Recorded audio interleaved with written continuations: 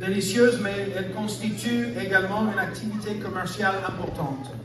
Il existe un marché pour la morue de l'Est partout, en particulier dans les zones les plus éloignées de la côte nord-est des États-Unis. Mais la demande du public posait problème aux chargeurs, parce qu'au début, ils congelaient la morue, puis l'expédiaient ailleurs. Mais la congélation lui enlevait une grande partie de sa saveur.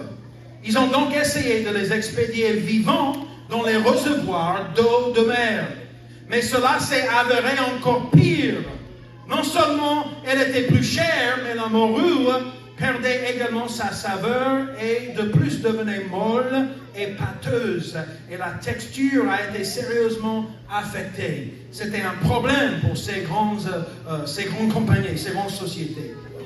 Finalement, une âme créative a résolu le problème de la manière la plus innovante. Les morues ont été placées dans le réservoir d'eau avec leur ennemi naturel, le poisson-chat. Oui.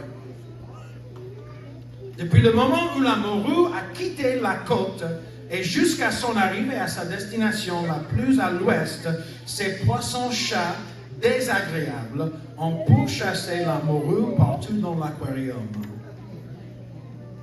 Et vous l'aurez deviné.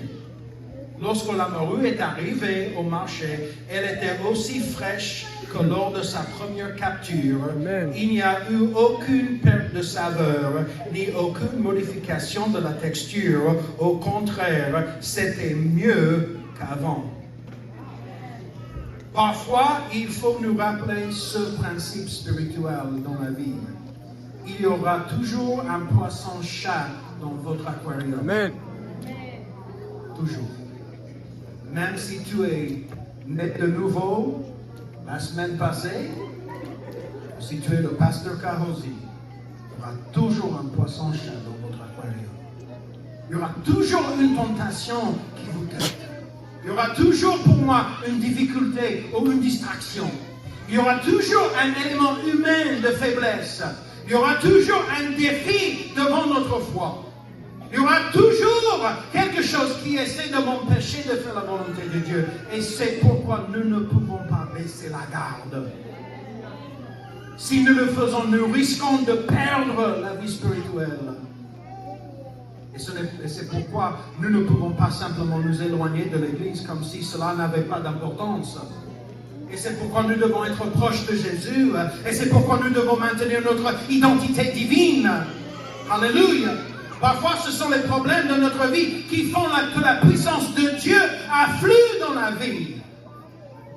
Cela fait circuler la puissance de Dieu. Et vous gardez à genoux pour prier. J'aimerais bien vous dire que le moment que tu viens à donner ton cœur à Jésus, cela veut dire que tu n'as plus de problème. Mais je ne peux pas le dire. Je dois vous dire que c'est par ces tentations, que c'est par les épreuves, que c'est par ces choses-là que j'ai appris quelque chose. J'ai appris comment prier. J'ai appris que le Seigneur répond à mes prières. J'ai appris que le Seigneur nous aide. J'ai appris que le Seigneur est là. J'ai appris que le Seigneur est présent. Alléluia. Et c'est déjà assez douloureux de rester dans nos réservoirs. Mais en plus de notre situation, il existe des poissons-chats désignés par Dieu pour apporter suffisamment de tension pour nous maintenir en vie, alerte, frais et en pleine croissance en lui. Amen.